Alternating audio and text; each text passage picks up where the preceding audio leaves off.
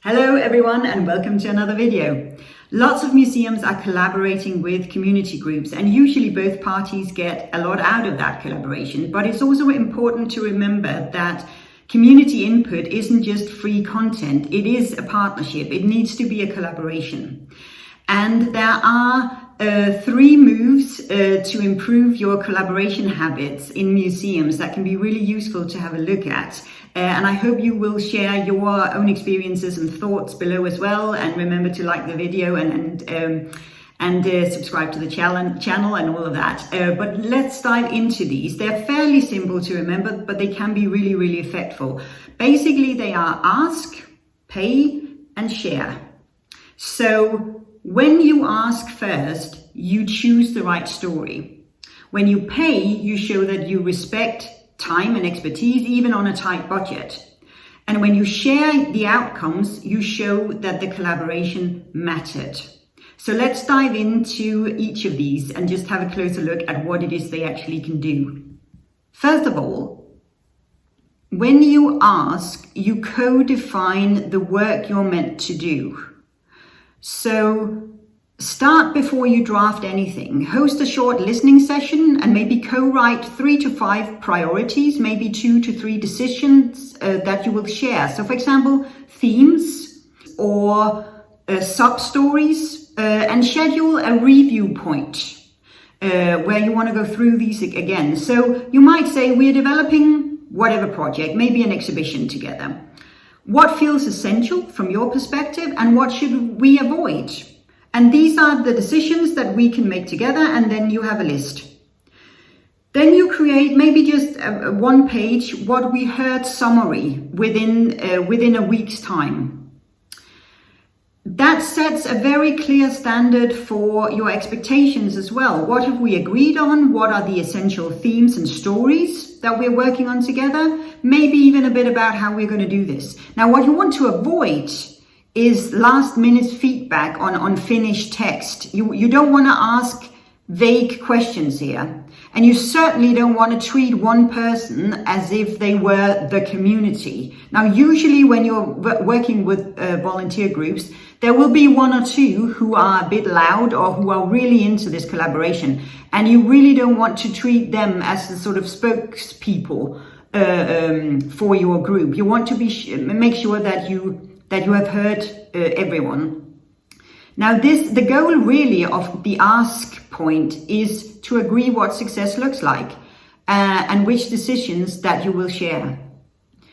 Moving on to pay. Pay is really about showing that you value time and expertise. So your goal here is to be transparent, fair, even when budgets might be tight.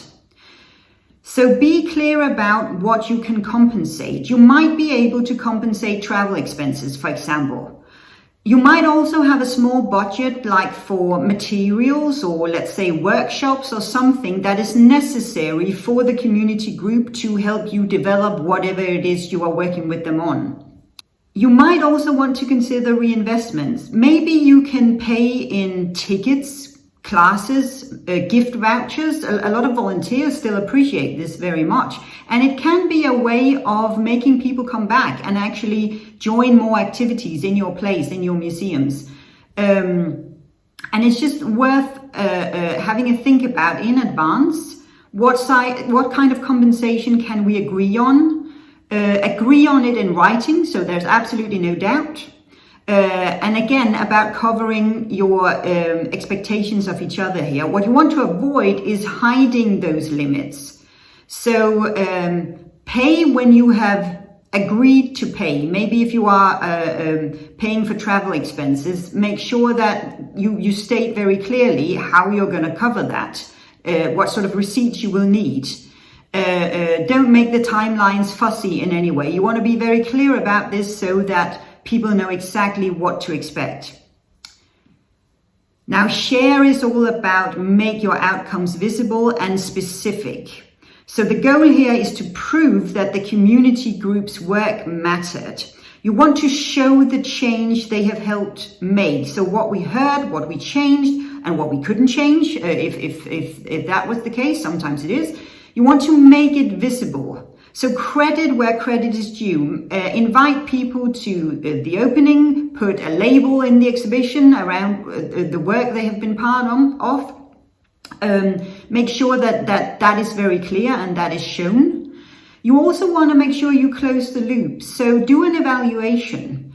Share an evaluation summary. Make sure that you have captured their feedback as well. Some might have things they want to improve for the next collaboration, but it's very important that you highlight how their input, how their work helped you shape or change your exhibition or activity or whatever you've been working on. Now, what you want to avoid is burying the credits here. You don't want to disappear after the opening or do sort of vague thank yous. You really want to make that clear. Another important aspect of the share part is also to make it clear if you want to work with this community group again. Do you have future projects where you might want them involved and where you might benefit from a community group's input? So you want to keep a door open here as well when you're doing the share part. There will always be, I think, pitfalls when working with community groups, because effectively you are asking for people's free time, for their expertise, and you are asking them to volunteer very often. So it is very important that you are clear about what you want to use them for, what the goals are of the project, how you're going to share with them, how much you're going to share with them. How you can make them feel welcome and make them feel part of the project. Sometimes it's very simple how you can do that. Make sure your expectations are clear. Make sure it's clear what will be paid, what will be compensated, and especially when it comes to your outcomes. How did this group help you shape your work? Now, what are some of your experiences around community work and community collaborations? It would be really interesting to hear how you have gone about this.